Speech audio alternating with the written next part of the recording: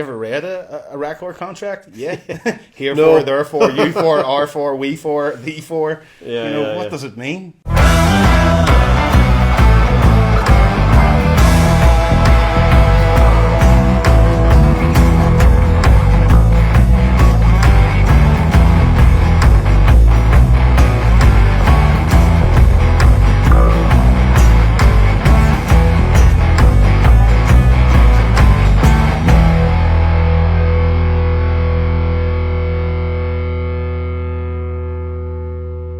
Is it hard to get support to do this? Because you were at a state, you got through your whole life working in the world, you know what I mean? And then suddenly Ryan kind of pipes up one day and goes, right, I'm off to be a songwriter, everybody. Do you know what I mean?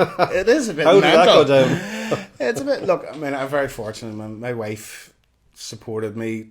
She believed in me what I was going to do. Yeah. And, I give up a lot. You know, if I'd had a very materialistic wife who, the money that I earned at the time, because I earned decent money in the jobs that I was doing, she might have just went, oh, whoa, we've got children here.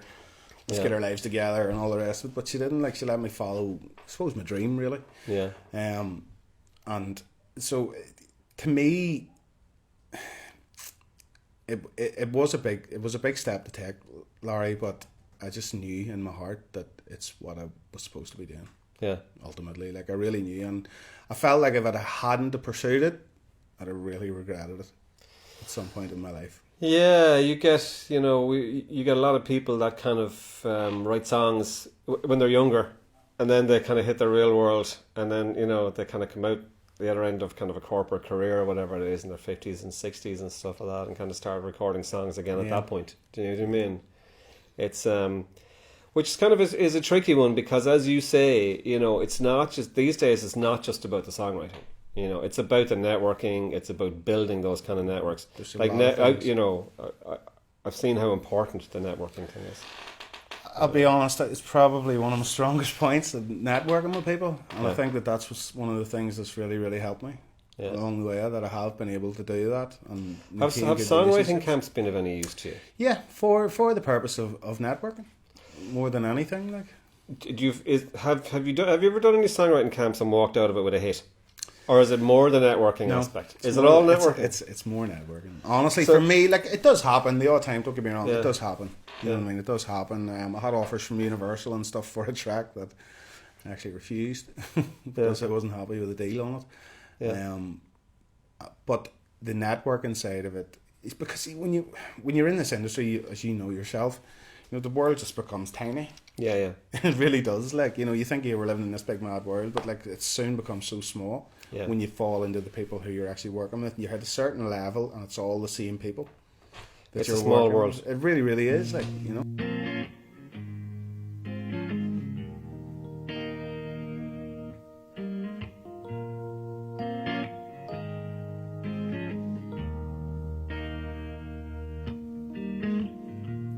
Kitty was an angel sent from heaven.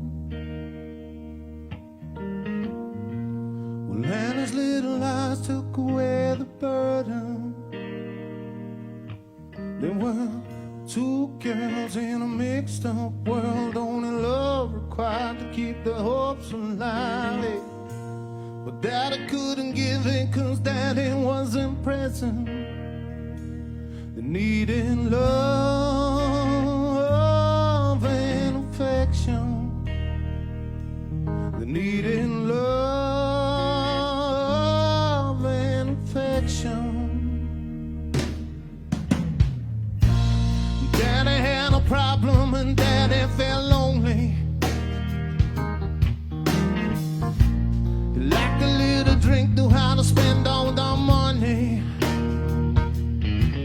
He had a one-track mind, he had love divine. He was blind and couldn't see the light, yeah. But Daddy went missing and Mommy got worried.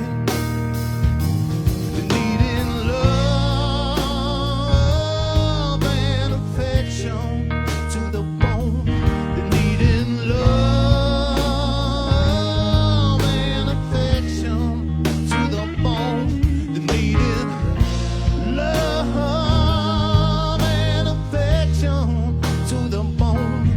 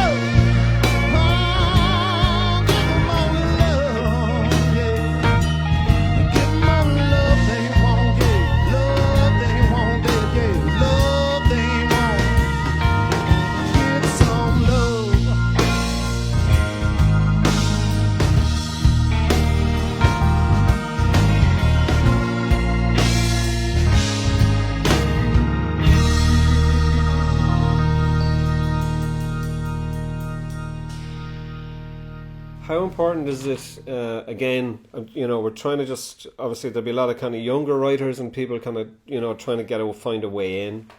How important is the likes of management, or how important is it to have those kind of structures in place? I think the management side of things really comes in. I suppose there's a couple of different ways to approach it, but I think the management side of things comes in like when there is stuff on the table. Yeah. When there actually is stuff on the table. I think to go down the route of becoming a songwriter, I think maybe publishing is the best place to start. Maybe to go find yourself a nice publisher. Yeah. They might be able to connect you with some people, some labels, get you working on some stuff with other people, collaborating, to teach you, basically, because like there's some people, I've met people, I've went away to writing camps and I've met artists who are well-established artists that have never wrote a song with anybody else. Yeah. And we're like, oh, I don't really want to do this. I don't want to write music that's personal to me. But like to me, did you find it hard to go into a room with two or three other people and go, no, not really. It's weird because you know yourself. Look, I mean, songwriters and musicians are generally given people. They generally are given people, and it's easy to communicate with them, and generally a lot of love at the end of the day after you write a song with somebody, Well, that's true, actually. I've done songwriting camps over the years, and invariably you make lifelong friends, which is an incredible thing. So it's an amazingly bonding experience when you sit down and write songs with people, that you like. Like-minded people. Yeah, like-minded people. And don't get me wrong, there is times when you go into rooms and you might get people that you don't see eye to eye with and all the rest of it, but I suppose that's when trying to be professional really comes into it, and you just got to concentrate on, trying to make the best possible song that you can. But for young people, like if I was saying anything to them, would probably be to find a good publisher, learn the network, because you will learn so much. Like I learned so much so quickly from being in rooms with the right people. And how do you make money? Well, there's record deals, obviously, to be... I obviously do quite a lot of vocals. That's kind of... That's your bread and butter? That's my bread and butter thing. I do so someone will pay you to do a vocal on a record for There's different ways that it can happen, basically. I could do an exclusive vocal for somebody, which is... I can sell them the license to use for that song, which is straight up money in your pocket. You wouldn't obviously be part of the feature for collecting royalties in the back end. So you're selling the rights to your vocal the master license for that song in particular. Alternatively, then you might feature on it, so you're kind of waiting forever. Yes, on collecting the money back from labels. So there's different avenues to make money within it. But it all takes time. It literally takes time. Did you find it hard to value yourself when you got into that kind of thing? When people go, right, I want you to do a vocal, how much are you going to charge? You're going, what am I going to charge? That's what I'm saying. When things are on the table, that's when management... That's when they come in and go, right, you're worth this much. I don't want to deal with that stuff. In all honesty, I've probably done a lot of work free for people that I probably didn't need to. I could have probably made a lot more money, but it wasn't part of that. But that wasn't kind of why I was doing it at that time. But now, I'm trying to treat it as a profession, and I do want to get paid, and that's when you need management. So basically, the management are there to protect your interests and make sure you get deals are right, contracts, getting done, all that kind of stuff. So, but there is there's a period in your life as a writer where you kind of are exposed to the sharks. Well, you don't know. You're just getting in the water. You know what's underneath. Have you ever read a record contract? Yeah. Herefore, therefore, you for, are for, we for, thee for. What does it mean? You know what I mean? So I'm very fortunate now that side of things is taken care of. Yeah. We have a team of lawyers at the company that I'm with at the minute, so everything gets checked over, gets a thorough look over, and I want to make music now. That's what I want to do. I want to concentrate on making music, and I don't want to have to deal with all of that other kind of stuff. So.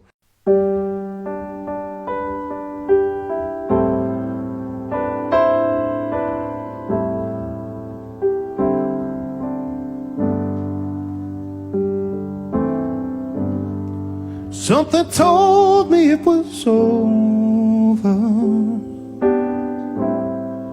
when I seen you and him talking. Something deep down in my soul said, cry, boy, when I seen you and that man just a walking. I would rather be a blind boy than to see you walk away with him. You see, I love you so much that I don't want to leave you, baby. Most of all, I don't want to be free. I was just sitting here thinking about you, about your kisses and your warm embrace. Baby, baby, I'd rather be a blind boy than to see you walk away from me. Baby, baby, I'd rather be a blind boy than to see you walk away from me.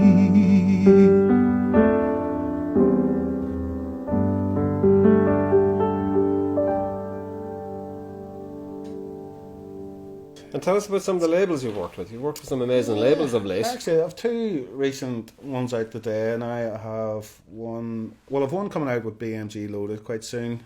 I have one out today with a record label called Knee Deep in Sound, which is... Is that all the load of social networking you were doing today on their behalf? No, I haven't maybe done as much as I should have, but we'll move on. I've recently just done one there with Tool Room. I was part of an album there. As I said, I was working with a guy called Alex Preston that I have been working with. We've done quite a lot of music, so it's just the album itself actually went to number one. Congratulations. UK iTunes. It's doing really well across all platforms, like but I've done most of the big house labels now. Like I've done all the ones, the very desirable ones, I suppose. What's the pinnacle with house labels? Where's the top of the mountain for you?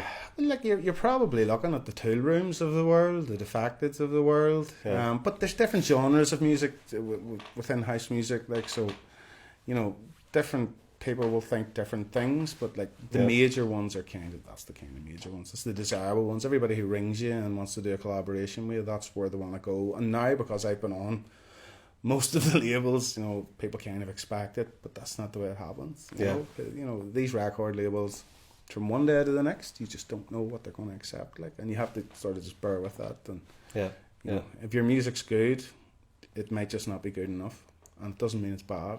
You sang a beautiful version, yourself and Peter Eads, of Etta James, I'd Rather Go Blind. Mm-hmm. Tell me about that song, and why is it special to you? The song, it's so simple. Yeah. It's such a simple song. The lyrics that are in it are so simple, but very powerful. Yeah. And I've yet to meet a person who would listen to that song and could criticise it in any way. You know, it sort of defies everything about, you know, if you want to write a technical song and changing and, you know, having to change. It's kind of the same the whole way through, but it's just so beautiful. It doesn't it's one of those songs that doesn't have a kind of definitive chorus. I suppose it has a hook. I'd Rather Go Blind. That's it, yeah. And like for me, it's the simplicity of the song that's what appeals to me about it.